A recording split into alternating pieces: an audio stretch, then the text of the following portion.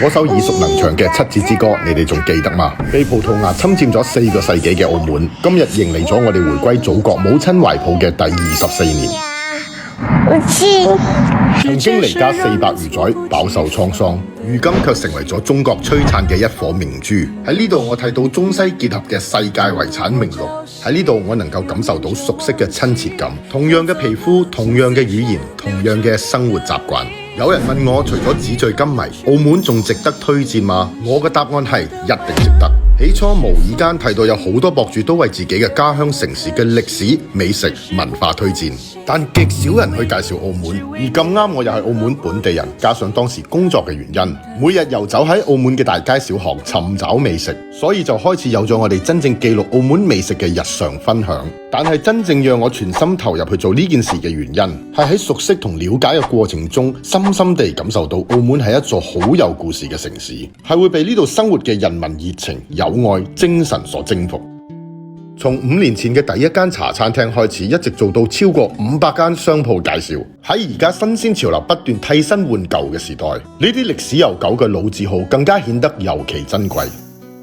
而鼓勵我哋繼續堅持推薦嘅動力，除咗隱藏喺佢哋背後嘅一塊招牌外，更多係佢哋同呢個城市相關嘅點點滴滴。每當我哋嚟到呢啲老字號，同一啲本土商家老闆或者店員了解店鋪歷史嘅時候，佢哋都會好熱情咁向我哋展示一張一張店鋪報道過嘅報刊或者歷史名人合照，細心展示佢哋嘅手工藝品，講述佢哋世代傳承嘅歷史。從佢哋真誠嘅眼神、熱情慷慨嘅語言當中，我能感受到佢哋呢一份愛延續嘅自由同幸福。生活喺澳門超過40年，我都親身經歷過澳門嘅低迷同復甦發展期。疫情期間，澳門旅遊業下滑，好多傳統手信鋪都面臨住滯銷同埋結業嘅問題。有一句老話，遠親不如近鄰。睇到佢哋嘅艱苦，我都竭盡我嘅能力，希望能夠協助佢哋渡過難關。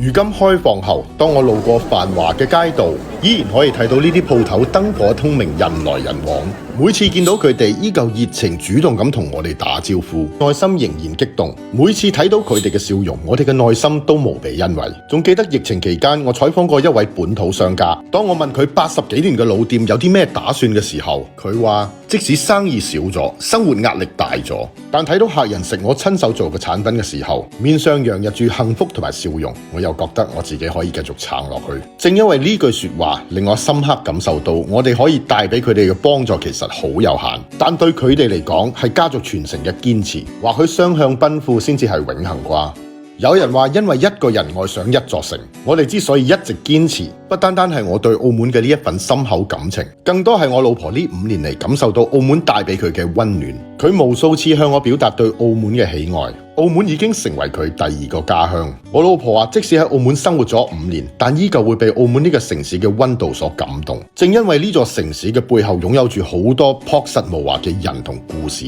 處處充滿住人情味，同呢座城市相互成就。百年離散，終得回歸。我愛我嘅家鄉，中國澳門。